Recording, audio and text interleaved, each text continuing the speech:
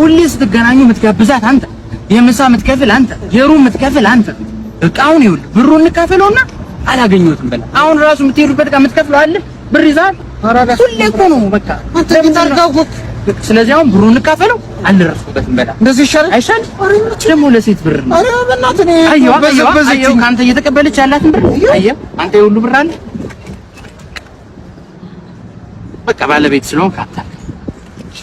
እግዚአብሔር ይመችሽ ነው ሳቢ